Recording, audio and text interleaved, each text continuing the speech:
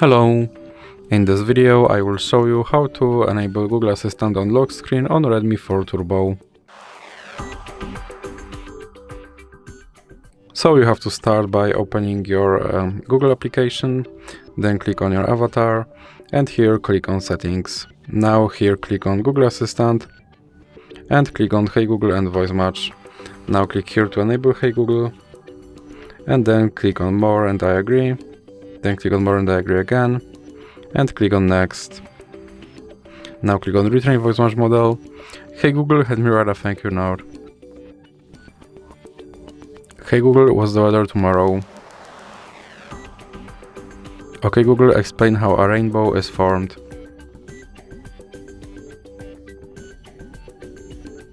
Okay Google, set a timer for 5 minutes.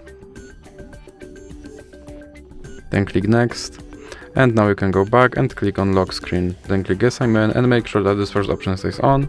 And now let's check if my Google Assistant will work on lock screen. Okay Google. Okay Google. And as you can see, my Google Assistant worked on lock screen. So that's it for this video. If you liked it, please remember to leave a like and subscribe.